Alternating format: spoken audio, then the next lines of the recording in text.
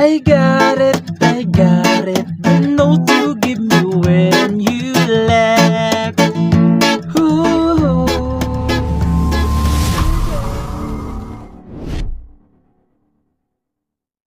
Hello mga ka-idol! So, mayroon na naman akong ituturo sa inyong napakagandang kanta. So, yung title pala nito ay yung First True Love by Kolohikay. So, itong kanta na to is gagawin nating reggae version, no? Para medyo maganda naman pakinggan. So, dito pala mga ka-idol, so sa reggae lang kayo medyo mahihirapan kasi magdodoble-doble yung reggae pattern natin, no? Pero huwag kayong mag-alala kasi ituturo natin yan para mas maintindihan nyo. So, dito muna tayo sa reggae. So, yung reggae pattern natin is yung lagi ko lang itinuturo, no? Yung magbe-bass kayo, na isasama nyo yung string. Okay? So, ganito siya. Ganyan. Tapos, strumin pababa. Top sa string, strum ulit pababa. Okay? Ulitin ko. Bass. Strum down. Top sa string, strum down. Okay? Kada chords, 2 beses nyong gagawin. Okay? So, sasampulan ko, no? So, ganito siya. Dito lang ako magbe-play, no? Para mas maintindihan nyo yung tunog niya. So, ganito siya kada chords, ha? Isa pa. Lilipat na. Okay? Yung pangalawang reggae pattern naman natin is pag nasa loob ng open close parenthesis yung chords tapos may mga number, ibig sabihin lang noon, yung number sa taas ng chords, yun yung gagawin yung reggae. Okay? So, example, halimbawa, may number 4 sa taas ng chords. 4 na beses nyong gagawin yung reggae pattern natin. Okay? So, ganito siya. Halimbawa, may number 4. Ganito na siya. 1, 2, 3, 4. Tsaka na kayo lilipat. Okay? So, ganun siya, no? Kung may number 3, 3. Kung may number 5, 5.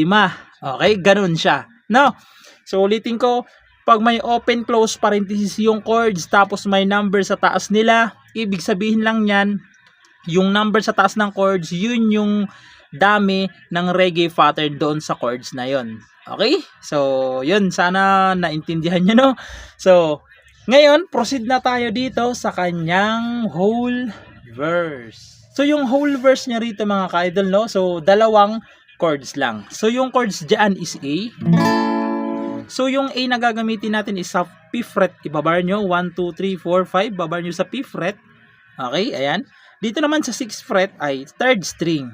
Okay? 3rd string. Sa 7th fret, okay? 7th fret ay 4th tsaka 5th. Okay? Ayan yung A. So, wala pang open close parenthesis yan kasi mamaya yun papasok sa pre-chorus na. Ayan, A. Tapos, pupunta kayo ng E. So, yung E sa 7th fret nakabar. Okay? 1, 2, 3, 4, 5, 6, 7. Babar nyo siya sa 7th fret. Dito naman sa 8, 9, sa 9th fret ay 2nd string, 3rd, tsaka 4th. Ganito kasi ako mag-ipit ng E. So, kung ganito kayo mag-ipit, so walang problema doon. Okay? Ayan. O, kung ganito, ayan. E. Okay? Yung A, tapos E, is 4 na beses nyong gagawin. Okay? 4 na beses nyo silang gagawin. No? Pagkatapos kasi ng 4 na beses, papasok na doon yung pre-chorus tapos yung reggae na sinasabi ko kanina na may mga number, no?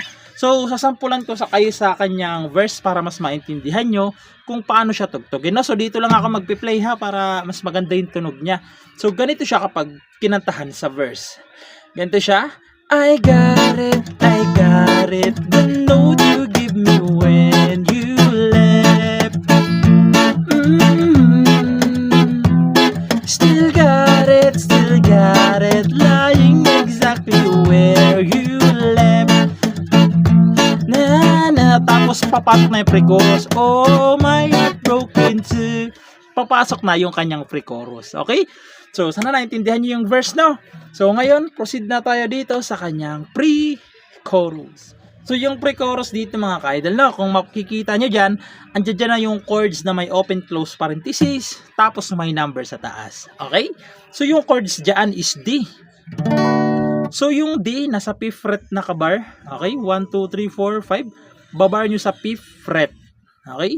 Sa 7th fret ay 2nd string, 3rd, tsaka 4th. Ayan yung D na gagamitin natin. Tapos A. Ay, yung D pala mga ka-idol, may number 4 yan. Number 4 yung D. sa A may number 4 din. Tapos babalik lang kayo ng D may number 4 din. Tapos E may number 4 din. Okay? Tapos kung mapapansin nyo dyan, mayroong E na number 3 pero walang open close parenthesis. Okay? So yung ibig sabihin nung chords na E na walang open close parenthesis, number lang sa taas, ibig sabihin tatlong down na lang. Ganun lang. 1, 2, 3. Ganun lang siya. Okay? So, sana nalinawan kayo, no? So, sasampulan ko para mas maintindihan nyo kung paano siya tugtugin sa kanyang pre-chorus, no? So, magsisimula muna ako dito sa E kanina doon sa verse, no? Ganon. So, ganito siya. Oh, my heart broken too. Wasn't super glue to mend it. 4 na beses kasi may 4. Na na na na na na na na na na. Hey hey hey na na na na. Tapos papasok yung kanyang chorus. Okay? Nawala tuloy ako sa lyrics dito sa pre-chorus. So, yun siya. Tapos papasok na doon yung kanyang chorus. Okay? Doon na papasok yung you are my fifth, fourth, or third. Second's not the word. So, papasok na yun doon, no? So, ngayon, proceed na tayo sa kanyang chorus. So, yung chorus niya naman dito, mga ka-idol, is A lang. Tapos, E. Okay, E. Yung dalawang chords na yan, 2 times yung gagawin. Okay, sorry mga ka-idol, 4 times pala, no? 4 times yung gagawin sa chorus yung A tapos E. Sorry, nagkamali ako ng 4 times nyo palang gagawin, no? Sorry, so kinat ko lang yung video para maulit ko, no? So, ayan, 4 times nyo gagawin yung A tapos E sa chorus, no? So, ganito naman siya kapag kinantahan. You are my fifth, fourth, or third. Second, not the world. You are my first true love. Sad to say this every day. You're still the one I'm thinking of. 'Cause you're my first true love. Tapos, papasok na naman yung, tawag nito, verse. Papasok ulit yung mga verse doon, no? So, yung bago pala mag-verse, pupunta muna kayo ng instrument, interlude niya. So, yung interlude niya, A, tapos E, okay? A, E lang. Okay? Yun yung interlude niya, tapos papasok na ulit kayo sa second verse, no?